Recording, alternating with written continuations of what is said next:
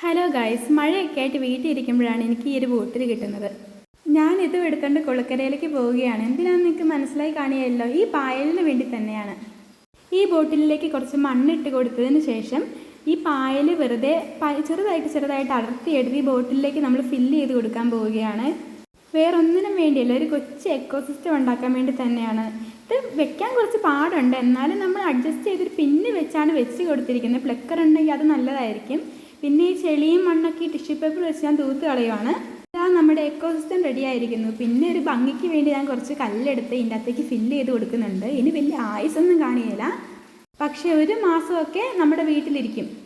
എന്നും കുറച്ച് വെള്ളം ഒഴിച്ച് കൊടുക്കണം. പിന്നെ കുറച്ച് സൺലൈറ്റ് ഉള്ള ഭാഗത്ത് വേണം ഇത് വെക്കാൻ വേണ്ടി.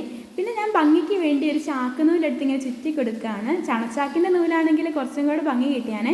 അതെനിക്ക് കിട്ടിയില്ലാത്തതുകൊണ്ട് ഞാൻ സാധാരണ അരിച്ചാക്കിൻ്റെ നൂലെടുത്താണ് ചുറ്റി കൊടുക്കുന്നത്. നല്ല ടൈറ്റായിട്ട് നല്ല മുറുക്കി കെട്ടി കൊടുക്കണം, അഴിഞ്ഞൊന്നും പോവാത്ത രീതിയിൽ. പിന്നെ അത് കെട്ടിയതിന് ശേഷം കുറച്ച് വെള്ളം ഒഴിച്ച് കൊടുക്കുക, നമ്മുടെ എക്കോസിസ്റ്റം റെഡിയാവും. നൂല് ചുറ്റി കൊടുക്കുമ്പം നമ്മൾ അതിൻ്റെ പാറ്റേൺ അനുസരിച്ച് ആ ഒരു ട്വിസ്റ്റിനനുസരിച്ച് ഷേപ്പിൽ വേണം ചുറ്റി കൊടുക്കാൻ, അല്ലെങ്കിൽ അഴിഞ്ഞു പോകാനും വിട്ടു പോകാനും സാധ്യതയുണ്ട്. കെട്ടിക്കഴിഞ്ഞ് ലുക്ക് നിങ്ങൾക്ക് ഇഷ്ടപ്പെട്ടോ? ഇന്നത്തെ വീഡിയോ ഇത്രേ ഉള്ളൂ. എല്ലാവരും ട്രൈ ചെയ്ത് നോക്കുക. പിന്നെ ലൈക്ക് സബ്സ്ക്രൈബും കൂടെ ചെയ്തേക്കണേ. Bye bye.